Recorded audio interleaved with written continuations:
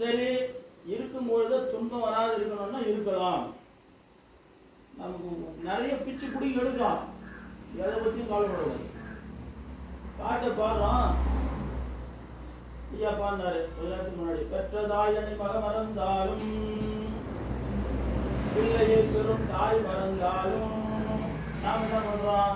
என் பிள்ளை என்னன்னு கேட்கல, இவ்வளவு சம்பாதிச்சு 5 வீடு கட்டி கொடுத்துருந்தேன், என் பிள்ளை என்னன்னு கேட்கலையே, எப்பயா நிம்மதி வரும், எப்போ அடுத்த நாளைக்கு போவ?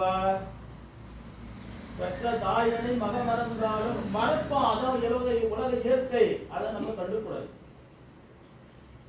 மாணிவான் சொல்றாரு, அம்மையே அப்பா ஒப்பிலாமையே அன்பு வேந்தாரவது, நீதான் அப்பா நீதான் அம்மா. நம்ம ஏன் இருக்கிற அப்பா அம்மாவை எடுத்துக்கணும்? அவர் தான் அப்ப நீ அம்மை நீ ஐயம் நீ அன்புடைய மாமன் நீ உங்களுடைய மாதர் ஒரு கோல் நீ உன் எல்லாமே நீ தான் கூட இருக்கிற ஆனந்த எடுத்துக்கினேன். அந்த கம்யூனிட்டி என்னன்னு கேட்கறோம். ஒருத்தன் பொண்ணு கல்யாணம் பண்றான், நான் பாடு நிற்கிறேன், என்னன்னு அசிங்கமா போச்சு. ஏன் அசிங்கப்படுறேன்? நாம் அவனை கூட்டமா? நான் மட்டும் சொன்னா அவன் நீ அவன் மட்டும் போறான்.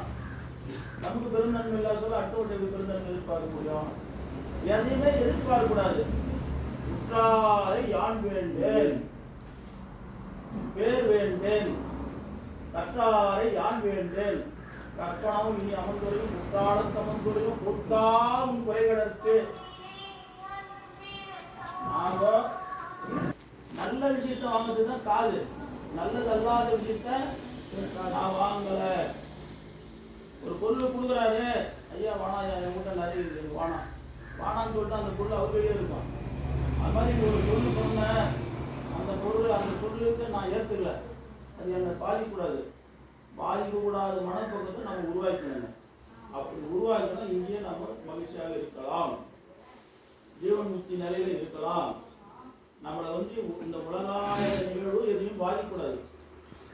பிரம்மச்சரிய நிலையிலிருந்து கிரகஸ்த நிலைக்கு போயிட்டு மனப்பிரஸ்த நிலைக்கு போயிட்டு விஞ்ஞான நிலைக்கு வர நேரத்தில் கொஞ்சம் கொஞ்சமா நம்முடைய பிறந்ததுக்கான வேலை குறிப்பிட்ட அளவு வளர்றான்.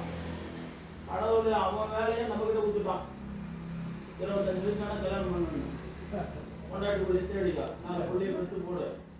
இது யாருடைய வேலை? அவன் வேலை.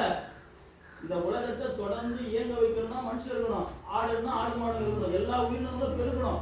அவன் நம்ம கிட்ட ஒரு சாவி கொடுத்தான்.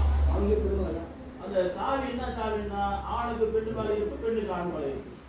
அது ஒரு ஆசை. ஆசை இல்லைன்னா எவனா இவ்வளவு துன்பத்தை அனுபவிப்பானா?